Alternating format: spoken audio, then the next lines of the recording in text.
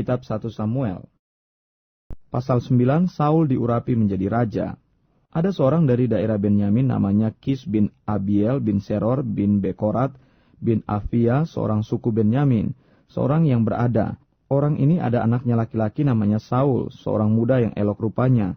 Tidak ada seorang pun dari antara orang Israel yang lebih elok daripadanya. Dari bau ke atas ia lebih tinggi daripada setiap orang sebangsanya. Kis ayah Saul itu kehilangan keledai-keledai betinanya. Sebab itu berkatalah Kis kepada Saul anaknya, ambillah salah seorang bujang, bersiaplah dan pergilah mencari keledai-keledai itu. Lalu mereka berjalan melalui pegunungan Efraim, juga mereka berjalan melalui tanah Salisa, tetapi tidak menemuinya. Kemudian mereka berjalan melalui tanah Sahalim, tetapi keledai-keledai itu tidak ada. Kemudian mereka berjalan melalui tanah Benyamin, tetapi tidak menemuinya.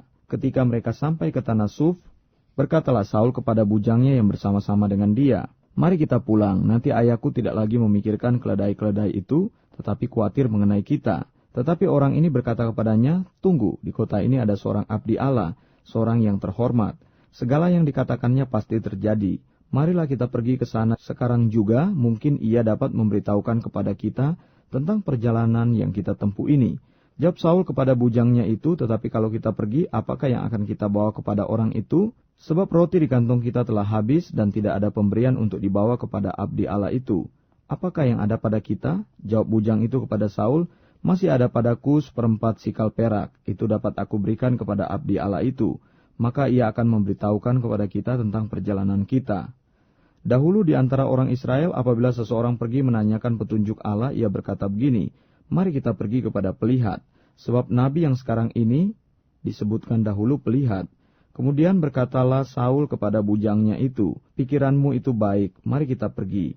Maka pergilah mereka ke kota, ke tempat abdi Allah itu. Ketika mereka naik jalan pendakian ke kota itu, mereka bertemu dengan gadis-gadis yang keluar hendak menimba air.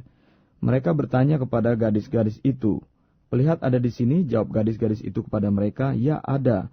Baru saja ia mendahului kami, cepat-cepatlah sekarang. Ia datang ke kota hari ini, karena ada perjamuan korban untuk orang banyak di bukit pada hari ini. Apabila kamu masuk ke kota, kamu akan segera menjumpainya, sebelum ia naik ke bukit untuk makan. Sebab orang banyak tidak akan makan sebelum ia datang, karena dialah yang akan memberkati korban, kemudian barulah para undangan makan. Pergilah sekarang, sebab kamu akan menjumpainya dengan segera. Maka naiklah mereka ke kota, dan ketika mereka masuk kota, Samuel yang berjalan keluar untuk naik ke bukit berpapasan dengan mereka. Tetapi Tuhan telah menyatakan kepada Samuel sehari sebelum kedatangan Saul demikian, besok kira-kira waktu ini aku akan menyuruh kepadamu seorang laki-laki dari tanah Benyamin. Engkau akan mengurapi dia menjadi raja atas umatku Israel, dan ia akan menyelamatkan umatku dari tangan orang Filistin, sebab aku telah memperhatikan sengsara umatku itu, karena teriakannya telah sampai kepadaku. Ketika Samuel melihat Saul, maka berfirmanlah Tuhan kepadanya, inilah orang yang kusebutkan kepadamu itu. Orang ini akan memegang tampuk pemerintahan atas umatku. Dalam pada itu Saul datang mendekati Samuel di tengah pintu gerbang dan berkata, maaf, di mana rumah pelihat itu? Jawab Samuel kepada Saul, katanya, akulah pelihat itu. Naiklah mendahului aku ke bukit. Hari ini kamu makan bersama-sama dengan daku. Besok pagi aku membiarkan kau pergi, dan aku akan memberitahukan kepadamu segala sesuatu yang ada dalam hatimu. Adapun keledai-keledaimu yang telah hilang 3 hari lamanya sampai sekarang, janganlah engkau khawatir, sebab telah diketemukan. Tetapi siapakah yang memiliki segala yang diingini orang Israel? Bukankah itu ada padamu dan pada seluruh kaum keluargamu? Tetapi jawab Saul, bukankah aku seorang suku Benyamin, suku yang terkecil di Israel, dan bukankah kaumku yang paling hina dari segala kaum suku Benyamin? Mengapa Bapa berkata demikian kepadaku? Sesudah itu Samuel mengajak Saul dan bujangnya, dibawanya ke pendopo dan diberikannya kepada mereka tempat utama di depan para undangan yang banyaknya kira-kira 30 orang. Berkatalah Samuel kepada juru masak, berikanlah sekarang bagian yang kuberikan kepadamu tadi, dengan pesan, simpanlah ini dahulu. Lalu juru masak itu menghidangkan paha dan apa yang termasuk ke situ dan meletakkannya di depan Saul. Dan Samuel berkata, lihat yang tinggal ini diletakkan di depanmu, makanlah, sebab telah disimpan bagimu untuk perayaan ini. Ketika aku berkata, aku telah mengundang orang banyak. Demikianlah pada hari ini Saul makan bersama-sama dengan Samuel.